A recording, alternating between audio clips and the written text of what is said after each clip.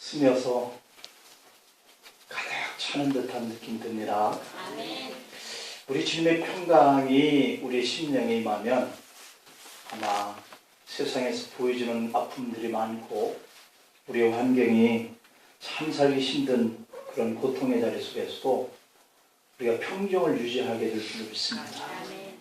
주님의 말씀이 못할 것이 없는 그런 능력의 말씀이잖아요. 풍랑도 잠잠케 하고 바람도 그치게 하고 그럴 수 있는 분이 우리 마음에 일어나는 그 요동치는 시련과 고통과 아픔의 환경쯤이야 얼마든지 해결할 수 있는 하나님 되심을 믿습니다.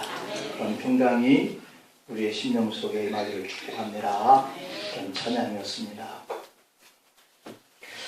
어느새 두 번째 대강절, 강림절, 대림절 이렇게 얘기를 하는데 본래 이 대강절이나 대림절이나 강림절 이렇게 말을 하고 있는 이 절기는 성탄절이 당하기 직전에 4주 동안을 대강절이다 이렇게 얘기를 합니다. 주님이 다시 강림하시는 날이라고 하는 의미를 우리가 기다리는 그런 절기죠. 여러분들이 기다리고 계시는 그 예수 그리스도가 여러분들의 복잡한 심경 속에 또 힘든 그런 환경 속에 임하여서 이렇게 참 평강이 임하는 일들이 일어나기를 축복합니다. 매주 촛불을 하나씩 이렇게 밝혀가면서 성탄하실 주님을 기다리는 이 4주간에 한 주간은 지나버렸고 오늘 두 번째 주간부터 성탄절까지 우리가 마치 촛불 하나씩을 밝히고 가는 그러한 기다림으로 이렇게 맞이할 수 있었으면 좋겠습니다. 그래서 이 대강절은 한마디로 기다림의 시간이다 이렇게 말을 해요. 기다림의 시간. 여러분들이 주님이 부르시는 그날까지 기다리잖아요. 천국에 들어가는 그날까지 기다리는 시간을 지금 우리가 보내고 있는데 그 텀이 언제 올지 막연하지만 그래서 우리가 이 4주간의 대강절기를 성탄절까지 기다리는 4주 동안을 그 함축해서 주님이 오시는 때, 주님이 나를 부르시는 때, 내가 천국에 들어가는 때에 그래서 하나님을 만나는 이러한 시간의 때로 이렇게 하나 이렇게 함축해서 우리가 기다리는 그런 시간을 갖고 있는 건 아닌가 하는 생각이 들어요. 자, 그렇다고 한다면 왜 기다림의 시간이 필요하느냐 이것이에요. 왜 기다림의 시간이 필요하느냐. 주님은 올해도 반드시 기다리는 자에게 오시기 때문에 만나주시기 때문이에요. 주님은 준비하고 기다리는 사람에게 오시는 줄 압니다. 아무도 기다리는 사람이 없는데 옆을 스치고 가는 사람들을 구석에 만나죠. 기다리는 사람들이 아니니까 그 사람들을 우리가 반갑게 맞이할 수가 없는 스쳐 지나가는 관계지만 누군가를 기다리는 사람이 있어서 기다리는 그 장소에서는 반드시 만나지는 사람을 우리가 이렇게 대하게 돼요. 그런 것처럼 우리도 주님을 믿는 믿음의 사람으로 주님이 나에게 오시는 그것을 기다리는 사람이 혹시 주님이 아니신가? 바람결만 스쳐도 또 꿈결 속에서 내게 어떠한 꿈이 꾸어져도 혹시 주님이 아니신가? 이러한 기대감을 가질 수 있어서 좋다라고 할 수 있죠. 그런데 바로 이 베데스다라고 하는 연못가에 많은 환자들이 줄비하게 있었는데 그곳에 주님이 오신 거예요. 그런데 누구든지 다 만났지 않았잖아요. 기다리는 사람. 그 기다리는 사람이 38년 된 환자였다라고 하는 거죠. 이 환자는 38년 된 환자였는데 그곳에서 주님을 만나요. 38년 된 환자가 가장 오래된 환자였기 때문에 주님 만나셨을까요? 그것은 결코 아니라고 봐요. 다른 사람들은 절망하고 체념하면서 다 그냥 누워 있었는데 이 사람만이 그 물이 동할 때 들어가면 병이 치료된다라고 하는 이런 확신을 가지고 어떻게 했든지 물이 동하는 그 기다림에 거기에 있었던 환자죠. 그래서 그 환자를 주님이 만나요. 38년 된 환자는 그토록 병이 오래졌음에도 불구하고 포기하지 않는 기다림이 있었다는 거죠. 그 누구도 우연하게 주님을 만난 사람이나 실수로 주님을 만난 사람은 없다. 반드시 기대하고 기다리고 있었던 사람이 주님을 만난 사람의 경험을 우리가 들을 수가 있어요. 올해도 우리가 대강절을 통해서 꼭 주님을 내가 만나야 되겠다 라고 하는 이런 준비하는 마음이 여러분들에게 있어지기를 축복합니다. 준비된 사람이 감격으로 새로운 이러한 성탄에 주님을 만날 수가 있어요. 2000년 전에 성탄절은 일회적으로 끝나는 것이 아니에요. 성탄절은 2000년 전 주님의 성탄을 회고하자라고 해서 우리가 성탄절을 맞이하는 것도 아니에요. 올해도 주님은 성탄에 이렇게 준비하고 기다리는 이런 성도, 이런 사람들에게 새롭게 실존적으로 체험하는 그러한 시간이 될 수 있도록 우리가 그분을 기다리는 성탄절이 되어야 할 줄로 믿습니다. 오늘 본문은 마음이 상한 자를 고쳐주신다 이렇게 말씀하고 있어요. 마음이 상한 자, 누가 마음이 상하고 마음이 상심한 그런 모습으로 지금 여기 계십니까? 있을 거예요. 그런데 주님은 고쳐주신다고 그랬어요. 사람들이 살아가는 이 세상 속에는 어쩔 수 없이 이 마음이 상한 채로 살아가는 사람들이 많다는 거예요. 오늘 본문 이사야서는 지금으로부터 2700년 전에 기록된 성경인데, 그런데 그때도 이미 세상 속에, 그 세상 속에는 마음이 상한 자, 상처를 가지고 아파하는 사람들을, 그런 사람들이 부지기수로 있었다는 거예요. 그래서 메시아가 와서 제일 먼저 하실 그 일이 마음의 상한 자를 고쳐주시겠다 이렇게 말씀하고 있어요. 아닌 게 아니라 이사야서 1장의 5절과 6절 말씀을 보면 이렇게 기록되어 있어요. 너희가 어찌하여 매를 더 맞으려고 피역을 거듭하느냐. 온 머리는 병들었고 온 마음은 피곤하였으며 발바닥에서 머리까지 상한 곳이 없어. 상한 것과 터지는 것과 새로 맞은 흔적뿐이거늘 그것을 짜며 싸매며 기름으로 부드럽게 함을 받지 못하였도다. 받지 못하였도다. 너희 땅은 황폐하였고 너희 성읍들은 불에 탔고 너희 토지는 너희 목전에서 이방인에게 삼켜졌으며 이방인에게 파괴된 같이 황폐하였도다. 이렇게 말씀하고 있어요. 다 황폐되었어요. 찢어지고 터진 그런 상한 흔적뿐이라는 거예요. 누가 볼 때요? 주님이 이 당시에 말씀을 기록할 이 이스라엘 백성들을 보니 그렇다는 거예요. 그런데 이 모습이 어찌 2000년 전 주님의 그 시대에 또는 2700년 전 이사야의 시대에만 해당되었겠느냐는 것이죠. 어떤 것이 아주 순박하고 정말 착한 그런 한 딸이 아버지를 이렇게 모시고 사는 한 가정이 있었어요. 그 딸은 정말 아버지를 위해서 자기의 결혼할 그런 정년기임에도 불구하고 결혼을 유보하고 정성을 다해서 그 아버지를 이렇게 돌보는 이러한 삶을 살았어요. 주위 사람들이 그 딸을 보고 정말 효성이 지극하다, 늘 칭찬을 아끼지 않았어요. 딸의 정성 어린 간호에도 불구하고 어느 날 그 아버지는 세상을 떠났습니다. 세상에서 단 하나 의지했던 대상이었던 그 아버지가 세상을 떠나자 딸의 마음은 너무 슬펐어요. 충격이었어요.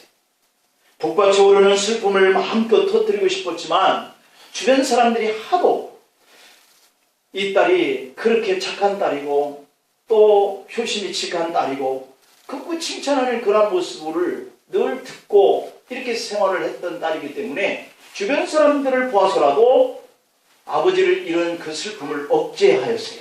슬픔을 내색하지 않았어요. 큰 슬픔이 당했음에도 불구하고 참고 모든 일들을 잘 처리해가는 이 딸의 그 모습을 보고 주변의 마을 사람들은 더 딸을 칭찬하기에 이르렀어요. 아버지의 장례를 다 치르고 난 딸은 다른 사람들과의 접촉을 일체 피하고 혼자서 고독과 슬픔 가운데 지냈습니다. 시간이 점점 경과함에 따라서 딸에게는 의학적으로 규정할 수 없는 이상이 생기기 시작했어요. 누구를 보아도 말도 하지 않고 웃을 수 있는 그러한 여건인데도 웃지도 않고 잘 먹지도 않고 그런 사람이었어요. 딸의 모습은 점점 파리해지고 쇠약해지기 시작했습니다. 주위에서 딸의 모습을 지켜보던 이웃들이 어느 날 사려 깊은 의사에게 딸을 데려가서 상담을 받게 했습니다. 딸을 상담한 의사는 딸의 병의 원인이 아버지로부터 받은 그런 깊은 슬픔으로 마음껏 울고 싶었지만 동네 사람들 때문에 마음껏 울지도 못하고 그 칭찬하고 어진 딸이다 라고 이렇게 얘기하는 소리 때문에 그 슬픔을 참았기 때문에 생겨진 우울증이다, 이렇게 판단이 나왔어요. 의사는 그 딸과 대화를 나누는 사이에 아버지의 일을 회상시켜가면서 그때 아버지 때문에 겪었던 슬픈 감정을 다시 되살아나게 하면서 누구한테도 제지받지 않고 마음껏 소리내서 올 수 있는 그런 분위기를 마련해 주었어요. 그때 딸은 북받쳐 오르는 슬픔을 억제하지 않고 어린 그 아이 때와 같이 아버지의 그 공경을 하는 그런 삶의 환경을 떠오르면서 그렇게 한동안 슬피 울었어요. 마음껏 소리내어서 울고 난 딸은 그때까지의 병에서 완전히 풀려나면서 자신의 새로운 인생의 삶을 살아가게 되었다는 거예요. 여러분, 사람은 누구나 이 세상에서 자신이 원하든 원치 아니하든 자기 자신에게 가장 소중한 것, 자기가 가장 사랑하던 것, 이것을 상실할 때가 있습니다. 어떤 사람은 사랑하는 사람을 잃기도 하고, 어떤 사람은 불행한 가정 환경 때문에 어린 시절부터 받았던 그 상처와 우울로 자기의 인생을 잃어버린 사람도 있고, 어떤 사람은 잘못된 생활 때문에 건강을 상실하기도 하고, 어떤 사람은 잘못된 습관 때문에 자기 인생을 망쳐버리기도 하고, 그래서 우리는 다시 강림하실 주님을 기다리는 거예요. 왜요? 치유받기 위해서, 회복되기 위해서, 우리 마음에 평안을 갖게 하기 위해서.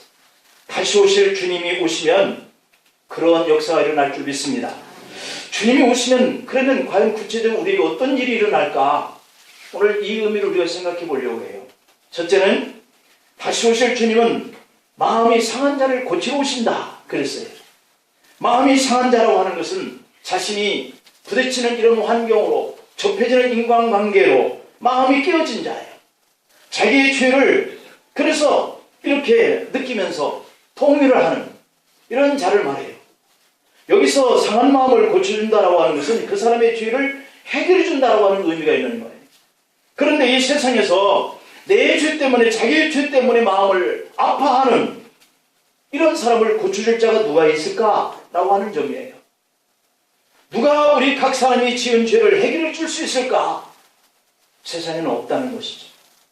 오직 예수 그리스도 한 분밖에 없다라고 성경은 우리에게 말씀해 주고 있어요. 시편 51편에는 그러한 때에 마음을 찢으며 애통해하는 시 한 편을 기록한 내용이 있는데요. 이 시에 기록을 한 이 시는 이렇게 고백을 해요. 하나님이여, 주의 인자를 따라 내게 은혜를 베푸시며 주의 긍휼을 따라 내 죄악을 지워주소서. 물론 나는 내 죄과를 아오니 내 죄가 항상 내 앞에 있나이다. 보소서, 주께서는 중심이 진실함을 원하시오니 내게 지혜를 은밀히 가르치시리이다. 하나님이여, 내 속에 정한 마음을 창조하시고 내 안에 정직한 영을 새롭게 하소서. 주께서는 제사를 기뻐하지 아니하시나니 그렇지 아니하면 내가 들었을 것이다. 주는 번제를 기뻐하지 아니하시나니 하나님께서 구하시는 제사는 상한 심령이다. 하나님이여, 상하고 통회하는 마음을 주께서는 멸시하지 아니하시리이다. 이렇게 고백을 해요. 우리가 제사를 통해서 우리 마음이 회복될 수만 있다면 얼마든지 드렸겠지만 자기가 그렇게 하지 않는 것은 내가 상한 마음을 그대로 가지고 나와 주님 앞에 고백하는 이것을 주님이 원하시기 때문에 자기의 죄를 주님 앞에 고백한다고 하는 시인의 고백인 거예요. 이 시에서 하나님이 기뻐하시는 것은 상한 심령이고 동의하는 마음이기 때문에 내가 주님 앞에 나와서 지금 운다라고 하는 고백인 거죠. 사람은 누구나 자기 자신과 정직하게 대면할 때 제일 먼저 자기 자신의 죄가 떠올라요. 내가 이 죄 때문에 망하는 것은 아닌가? 내가 이 죄 때문에 아픈 것은 아닌가? 내가 이 죄 때문에 모든 것을 잃어버린 것은 아닌가? 내가 이 죄 때문에 사랑하는 사람을 잃어버린 것은 아닌가. 이게 떠오르는 거예요. 이게 상한 마음이에요. 그것을 오직 주님 앞에만 할 수 있어요. 그 전에 그러한 것이 모두가 다 은폐되어지고 다른 사람에 대한 분노와 원망으로 나타나는 것들이 하나님 앞에 서니까 그것이 다른 사람들 때문에 내가 다른 사람을 원망할 수 있는 그런 생각을 가지고 있었던 것들이 하나님 앞에 서는 순간에는 정직해지는 거예요. 내 때문이구나. 내 죄 때문이구나. 그 슬픔이 이제는 원망이 아니라 애통으로 변하는 거예요. 하나님, 나의 이 애통한 심정을 용서하시고 치료해달라. 그렇게 바뀌어지는 거예요. 사람이 자기 자신을 위해서 한탄하지 않고 애통하는 것, 이것은 내 죄를 주님 앞에 고백하면서 그것을 치유받기를 원하는 그 눈물이 애통하는 눈물이거든요. 이게 바로 자기 자신이 가장 정직해지는 때예요.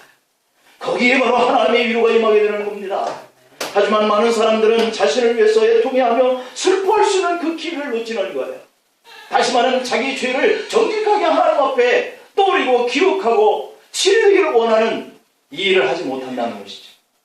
그래서 반복되는 그릇된 원망의 삶의 방식에서 내가 벗어나지 못하고 결국은 아버지를 잃어버린 그 슬픔이 우울증을 가져온 딸과 같은 그런 삶을 우리가 사는 거예요. 마태복음에서는 줄인 자들, 목마른 자들, 헐벗은 자들, 병든 자들, 옥에 갇힌 자들을 그리스도 자신의 고통과 동일시하고 있는 거예요. 우리 주님이 그렇게 우리의 죄를 자신이 지은 죄처럼 생각하시는 거예요.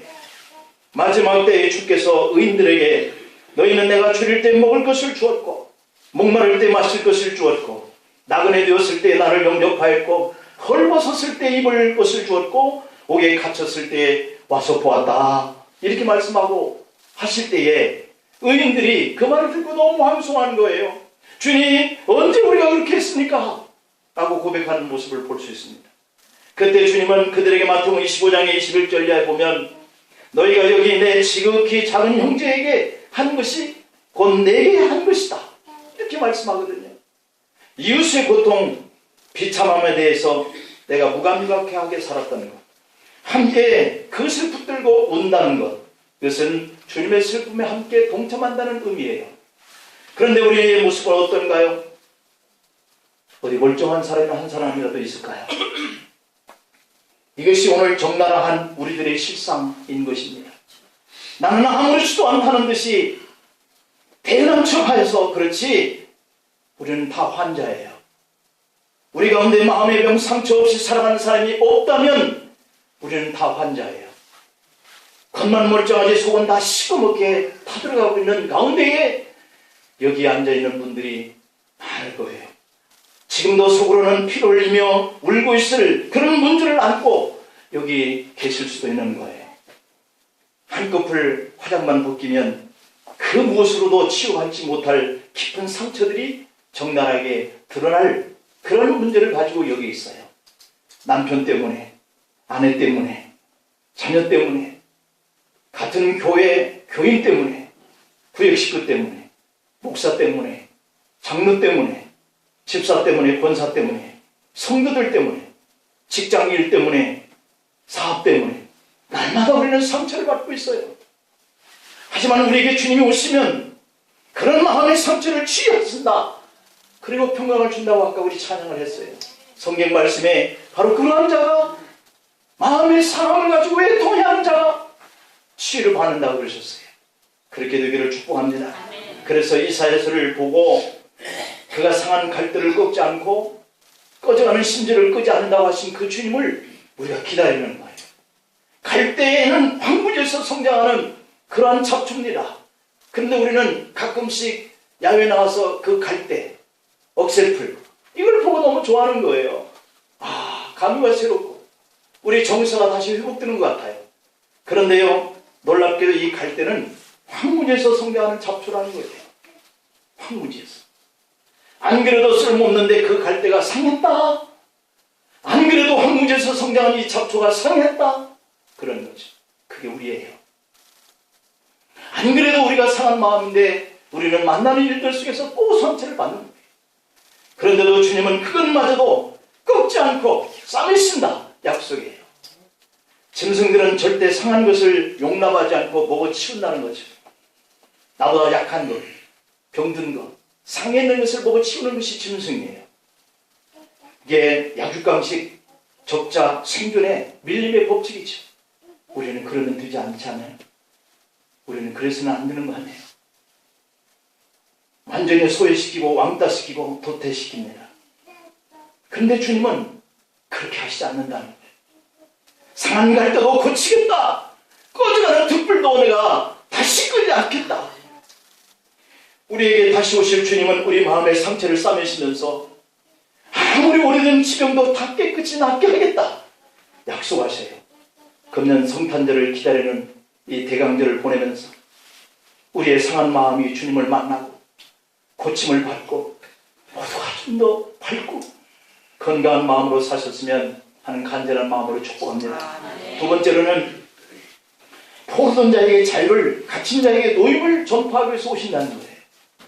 1절 하반절 말씀을 보면 여호와의 영이 내게 내리셨으니 이는 여호와께서 내게 기름을 부으사 가난한 자에게 아름다운 소식을 전하게 하려 함이라. 나를 보내사 마음이 상한 자를 고치며 포로된 자에게 자유를, 갇힌 자에게 노임을 선포한다.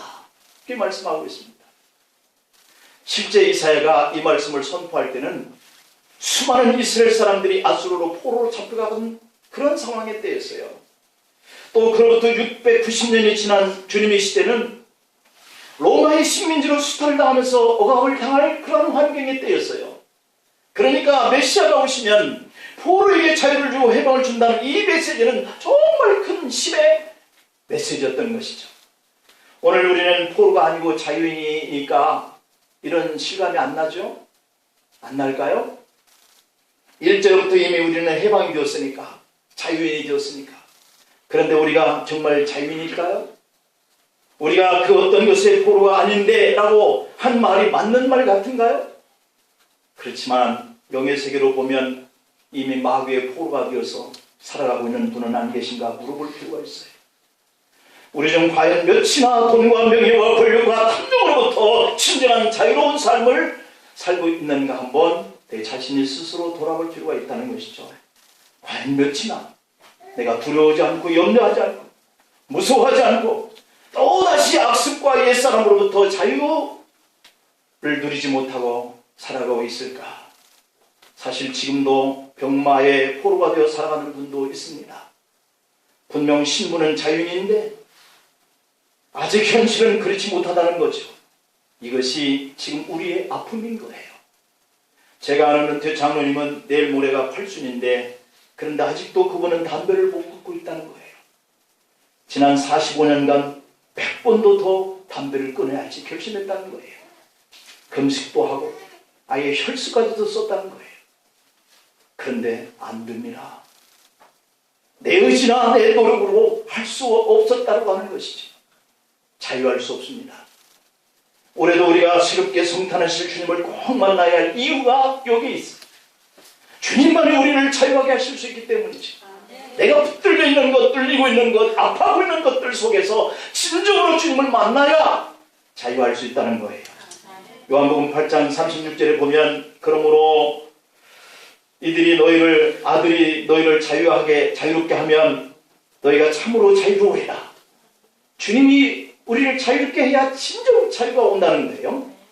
내 삶을 결박하고 있는 악습이든지 병마든지 주님이 우리에게 은혜를 베풀으셔야 단번에 해방된다는 거예요.